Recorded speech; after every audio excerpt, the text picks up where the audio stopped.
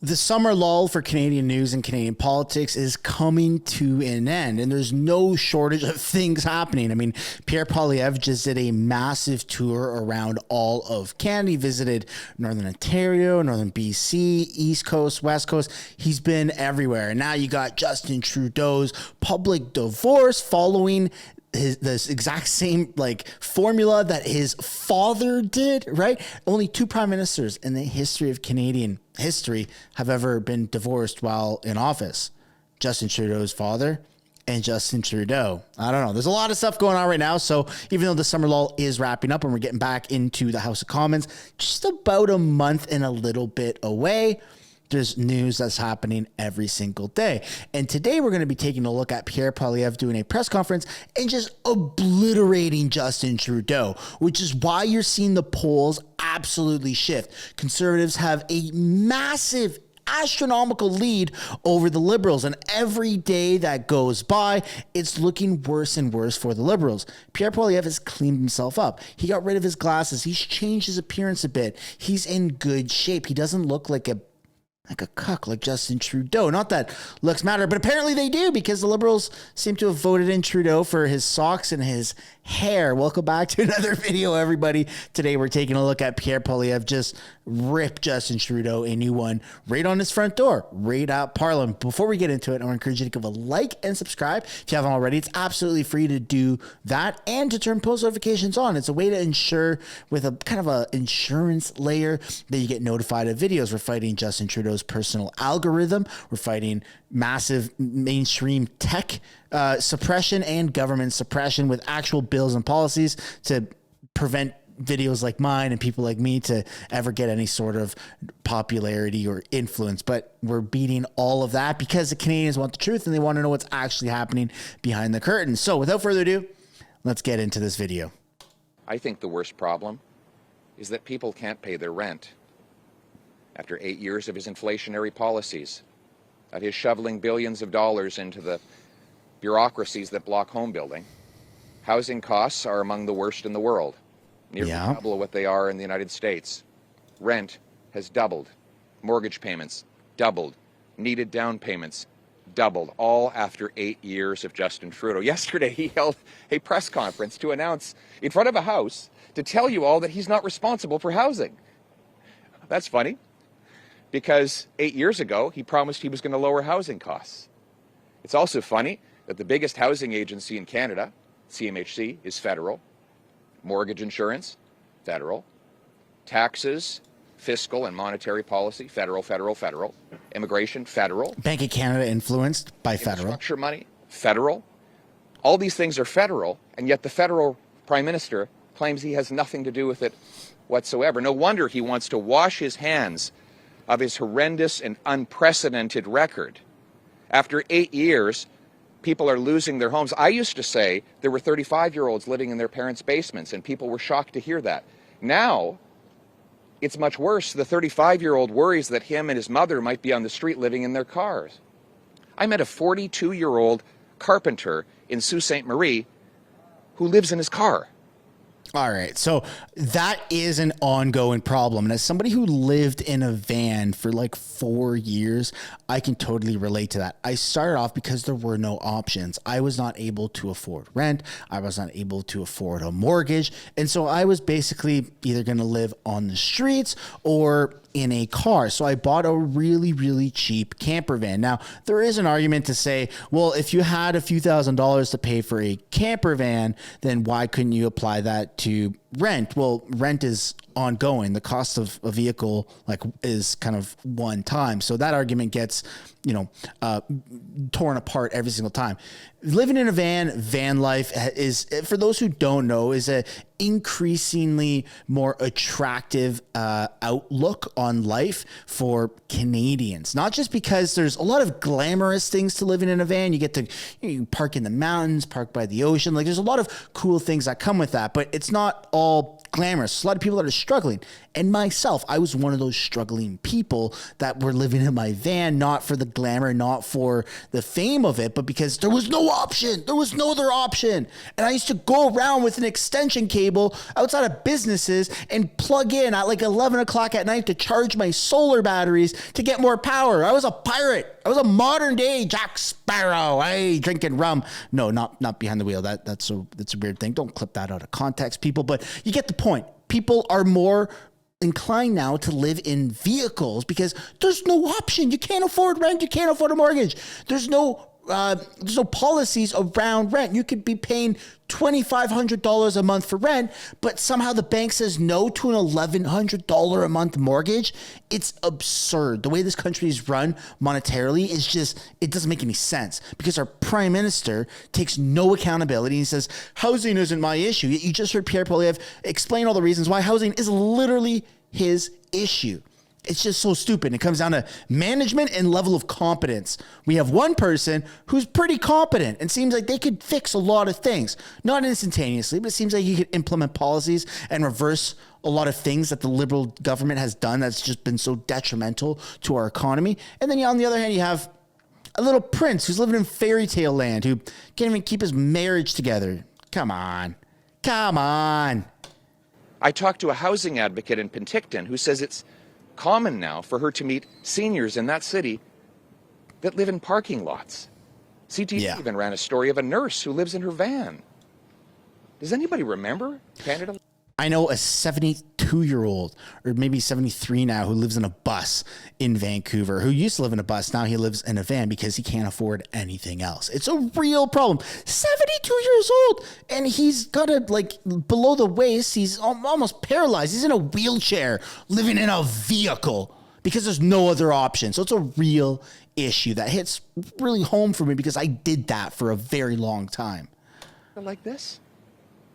The scenes in our cities where there's tents, where people live on the streets and in parks, have not been this common since the Great Depression. Our refugees cloister in inner cities and under bridges.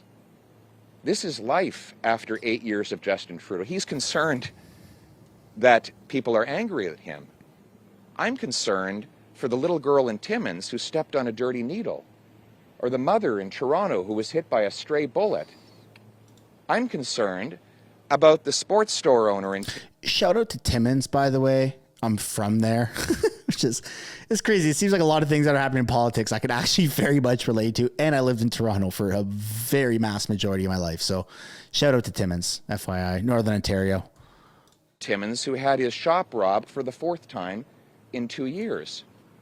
I'm not concerned whether or not Justin Trudeau's feelings are hurt because people are angry at him. I'm concerned about the misery that he has unleashed on our streets and in the pocketbooks of Canadians. You know, I looked today at the Journal de Montréal. I'm going to quote, "Health professionals are reportedly seeing more and more of a disease that had almost disappeared, scurvy. This disease had practically disappeared, but health professionals claim that it is due to food inflation, that this disease, dating back to the Middle Ages, is resurfacing. Quote, people are eating fewer vegetables and fruits, probably because costs have gone up, said pharmacist Régin Lemay. Typically, by eating fruit and vegetables daily, you get enough vitamin C to avoid developing this disease. People aren't getting vitamin C now, after 8 years of Trudeau's inflationary deficits and taxes. And now, he wants to quadruple the carbon tax, from 14 to 61 cents a litre, on the farmers who make the food, the truckers who ship the food, and therefore all who buy the food. This is the misery that he has unleashed, and unfortunately, it will only get worse the longer he is there. But the good news is that Canada wasn't like this before Justin Trudeau, and it won't be like this after he's gone. We'll get back to the common sense of the common people. We'll bring home lower prices by axing the carbon tax and the inflationary deficits to make food, heat, and gas more affordable. We'll bring home powerful paychecks with lower income tax that rewards hard work, with a Blue Seal test that will allow our brilliant immigrants to show they are qualified to work as doctors and nurses reducing wait times. We'll green light green projects like critical minerals, hydroelectricity, and natural gas for export to the world, bringing home our jobs back to this country. We'll bring homes that people can afford, with a plan that I released, by the way, in April of 2022. I'm not naive, by the way. I know that this won't be fixed immediately. All of these issues that Pierre is talking about, housing, drug issues, getting our finances back on track, decreasing interest rates, like these aren't going to be fixed overnight or immediately. It'll take a while. But if you had to choose who you would trust to run this country, would it be Trudeau, who's proven after 8 years that he's done a horrible job and can't be trusted? Or would it be Pierre Poilievre, who comes from, an economics background, who's more level-headed?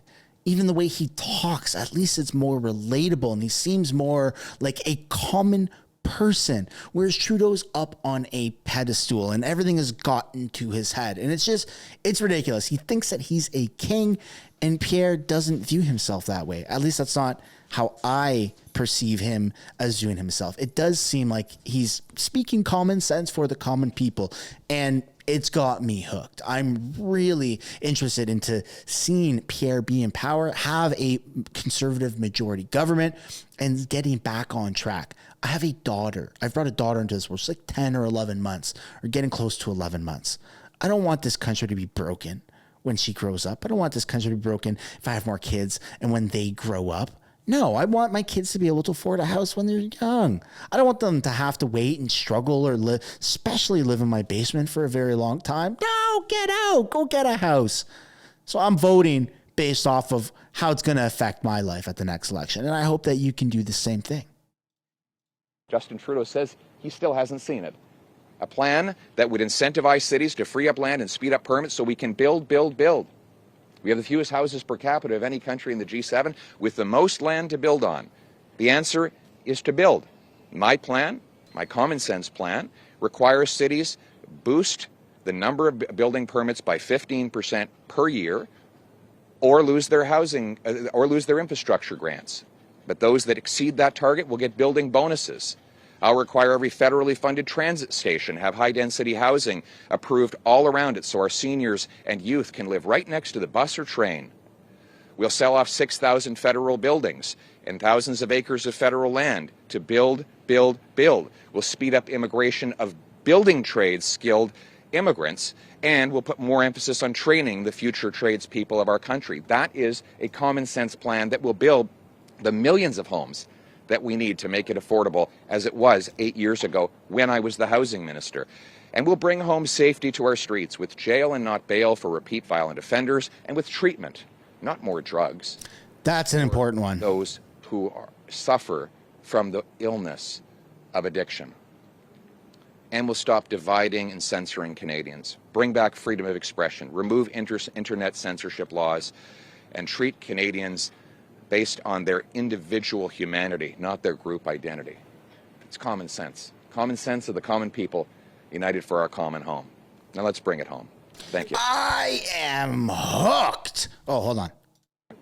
There you go. I had to let him finish this. Thank you. I am hooked. The way he talks, the way it reels me in, it's just so relatable. First of all, internet censorship is absurd. You want internet censorship? Jump on a plane either in Vancouver or Toronto or Montreal and go on and fly to China. Then you'll be living exactly where you want to be. The internet is a free market. And the moment that a government tries to regulate already a highly regulated platform, YouTube, the internet, Google, Meta, all these massive companies have a massive monopoly on the internet. And there's already a lot of censorship happening within the tech companies. They regulate mis and disinformation, at least they have done for the past 3.5 years. It's outrageous. Then you want to bring in government policies? No, the people have had enough, which is, again, why you're seeing the massive shift in the polls where Trudeau is going to be below like 25% federal votes. And NDP's dropping as well. The only ones that are going up is, I think the Green Party went from 4% or 5% to 6%. and the Conservatives are on track for a majority government. I know I say this over and over, almost like a broken record, especially if you're a very frequent viewer of this channel. You probably hear me say that in every single video that at least I've posted recently in the past week or two. And that's because I truly believe it. I'm monitoring the polls every day. I'm monitoring the social norm on social media, which isn't a very great way to gauge how an election will turn out, but it's at least something to go off of, where if you see a majority amount of people in the hundreds of thousands and the millions that are on one side on social media, chances are that they're going to have a massive influence. And of course, I'm talking about conservative voices, conservative voters, and people that are just, doesn't have to be conservative, just people that are fed up with Trudeau and Jagmeet Singh. That's enough. That's enough momentum to get this country back on track. So I'd love to know what you guys think about what Pierre said, and more specifically, what I have to say about a conservative majority. I'd like to know if you agree or disagree with that down in the comments. That's where we're going to end today's video. Thanks so much for watching. Don't forget to give a like and subscribe on your way out if you haven't yet. And while you're subscribing, you might as well turn on the post notifications. This is a little bell icon that shows up once you hit that subscribe button. Thank you so much for watching, and I will see you all in the next one. Thanks so much for making it to the end of the video. If you want to support the channel financially, you can do so by checking out the merch shop linked right up there. Or if you want to do something for free, which is also absolutely acceptable and highly encouraged, you can subscribe right there. If you want to continue watching videos like this, you can do so by clicking or tapping right there to watch the next upcoming video. And if you want to watch a little bit of different content, but also Canadian stuff, you can do so by clicking right up there. That's my second channel, House of Canada, also known as the House of Commons Highlights. Thank you so much for watching. I look forward to seeing you in the next video.